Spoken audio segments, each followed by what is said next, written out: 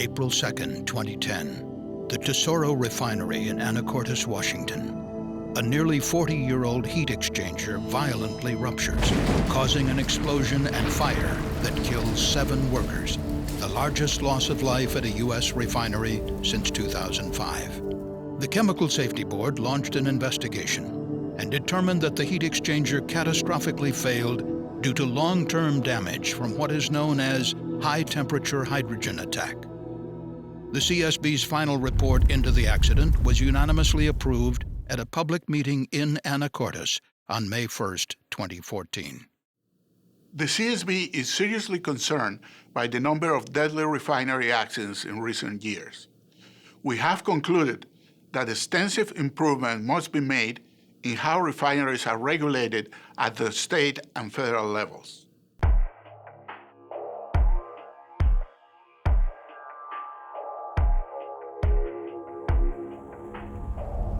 The Tesoro Refinery in Anacortes is an 800-acre facility located approximately 70 miles northwest of Seattle. The refinery produces a variety of products, including gasoline, diesel, jet fuel, and asphalt. Within the refinery's naphtha hydrotreater unit, raw naphtha, a light component of crude oil, is treated to remove nitrogen, sulfur, and oxygen impurities. Before entering the unit's reactor, the raw naphtha and hydrogen are preheated inside pressure vessels called heat exchangers. The unit contains 2 banks of 3 heat exchangers supported by a 3-level steel structure. Each heat exchanger consists of a bundle of tubes inside a steel shell. Hot fluid exiting the reactor flows through the heat exchanger shell, while cool fluid headed for the reactor flows inside the tubes. Heat is exchanged through the walls of the tubes. Every 6 months, the heat exchangers are taken offline to be cleaned because of fouling, a common occurrence when operating heat exchangers in this type of service. As the raw naphtha is heated, a scale-like material forms and deposits onto the inside of the tubes, hindering the transfer of heat in the exchangers. On March 28, 2010, 1 bank of heat exchangers was taken offline and disassembled for cleaning, while the other bank remained in service. This allowed the unit to continue to operate. By mid-afternoon on April 1st, the cleaning was complete, and operators initiated the startup of the offline bank of heat exchangers. The procedure required an inside board operator monitoring the control console and 1 outside operator opening and closing large manually operated valves. But the heat exchangers had a history of developing leaks during startup, something that refinery personnel had come to see as normal. Additional operators from other nearby units were called upon to assist with the startup, including mitigation of potential leaks. By 10:30 p.m., the outside operator was joined by 6 workers from other units within the refinery. The 7 workers were located around the heat exchangers, where startup activities continued past midnight. But unknown to the workers, the steel shells of the middle vessels in both banks of heat exchangers had been severely weakened due to cracking caused by high-temperature hydrogen attack. This occurs when tiny hydrogen atoms diffuse into steel at a high temperature, then react with carbon in the steel to form methane gas. The larger methane molecules, unable to diffuse out of the steel, accumulate, stressing the steel and over time causing fissures. In both of the middle heat exchangers, the fissures grew and connected to form large internal cracks. One such crack was 48 inches long and extended more than 1/3 of the way through the vessel's 1-inch thick shell. Shortly after midnight, the temperature of the fluid exiting the tubes of the online bank of exchangers increased about 75 degrees over the span of 3 minutes, a temperature increase that was typical and observed in previous startups. But the middle heat exchanger was so severely weakened from high-temperature hydrogen attack that it likely could not withstand the stress caused by the rapid temperature increase. At 12:35 a.m., employees working at a nearby process unit heard a loud hissing noise when vapor began to leak as the heat exchanger cracked at its weakest point. Seconds later, the exchanger violently ruptured. Hot hydrogen and naphtha vapor rapidly vented from the exchanger and spontaneously ignited upon contact with air, resulting in a massive fire that consumed the heat exchanger structure. 3 of the 7 operators died at the scene. The other 4 operators were transported to local burn centers with severe injuries. 2 died within hours. The other 2 succumbed within days. High-temperature hydrogen attack, or HTHA, is a common hazard that has long been known within the petrochemical industry. However, Tesoro engineers and corrosion experts did not believe it could occur within the heat exchanger that ultimately failed. The CSB learned that, like other companies, Tesoro relied on data published by the American Petroleum Institute called the Nelson curves to predict the susceptibility of the carbon steel heat exchangers to HTHA damage. They take into account process temperature, the amount of pressure contributed by hydrogen, and the kinds of materials used in constructing the equipment. Above each Nelson curve, HTHA was thought to be possible. Below each curve, HTHA was not predicted to occur. But after conducting detailed process simulations, the CSB concluded that the portion of the heat exchanger that ruptured actually had operated below the curve for carbon steel, in a zone that industry guidance considered safe.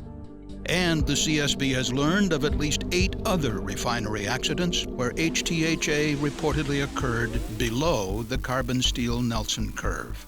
As a result, the CSB determined that the carbon steel Nelson curve is inaccurate and cannot be trusted to predict the occurrence of high-temperature hydrogen attack.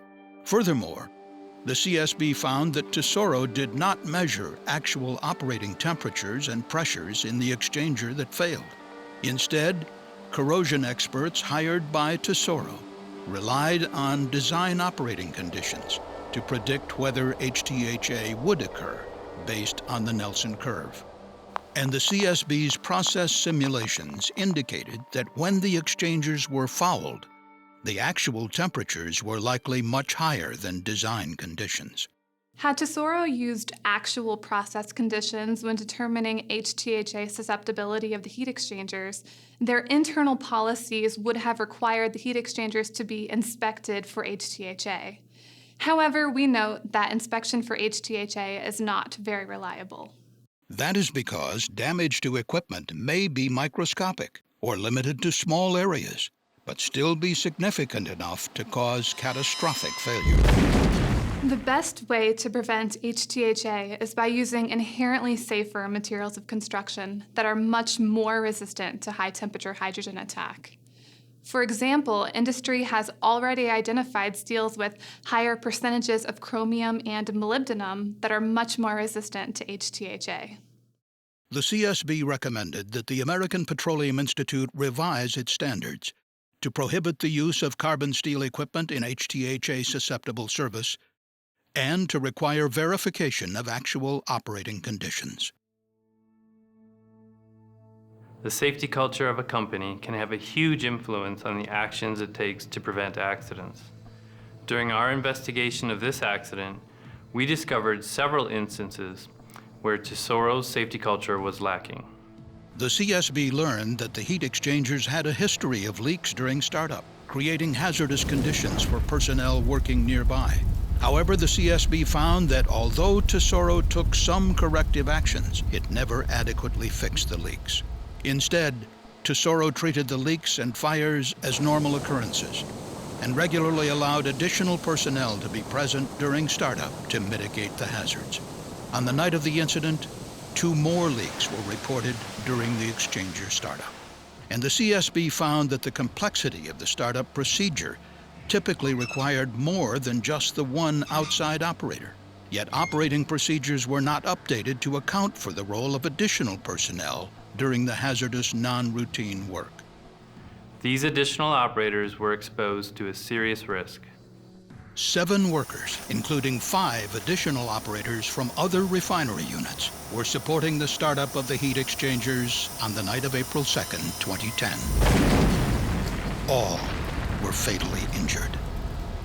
The CSB found that if Tesoro had a strong safety culture, it would have addressed the ongoing leaks and defined a reasonable number of essential personnel for the startup activity. Had Tesoro done these things, we concluded that fewer workers would have been present on the night of the accident, and lives would have been spared. The CSB recommended that Tesoro implement a process safety culture program that would assess and continually improve safety at the Anacortes refinery. Our Tesoro findings are all too similar to those of other CSB refinery investigations. The CSB has found these similarities include weaknesses in industry standards for safeguarding equipment, a deficient refinery safety culture, and a regulatory system in need of reform. Under the existing state and federal regulatory systems, there is no requirement to reduce risks to a specific target. The regulations predominantly require only the completion of activities or tasks, such as hazard analyses, but the regulations do not mandate actual risk reduction or continuous safety improvement. The CSB believes the goal should always be to reduce the risk of major accidents to as low as reasonably practicable, a concept known in the industry as ALARP. To reduce accident risks, the CSB made the following recommendation to the U.S. Environmental Protection Agency. Revise rules under the Clean Air Act to require that facilities analyze and use inherently safer technologies to the greatest extent feasible. Use the hierarchy of controls, with safe design at the top of the hierarchy, to reduce process hazards. Tragically, Tesoro only opted to install an exchanger made of a safer HTHA-resistant alloy after the disastrous explosion that cost 7 workers their lives. And the new design eliminated the risky step of switching between the parallel banks of heat exchangers. Until the EPA promulgates a regulation, the CSB recommends the EPA use its authority under the Clean Air Act's General Duty Clause to promote wider use of inherently safer design. The CSB also recommended that the governor and legislature of the state of Washington significantly strengthen the oversight of refineries. Specifically, the board called on the state to require refineries to conduct more comprehensive hazard analyses and damage mechanism reviews, document the effectiveness of process safeguards, and increase the role for worker representatives in process safety management. And these more rigorous company safety reviews should be examined by technically competent regulators.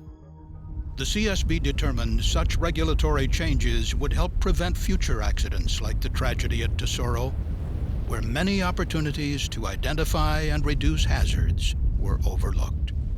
7 lives were lost at Tesoro. It should not have happened. Companies, workers, and communities would all benefit from a more rigorous regulatory system that is focused on continuously lowering risks. For more information on the CSB's Tesoro investigation, please visit csb.gov.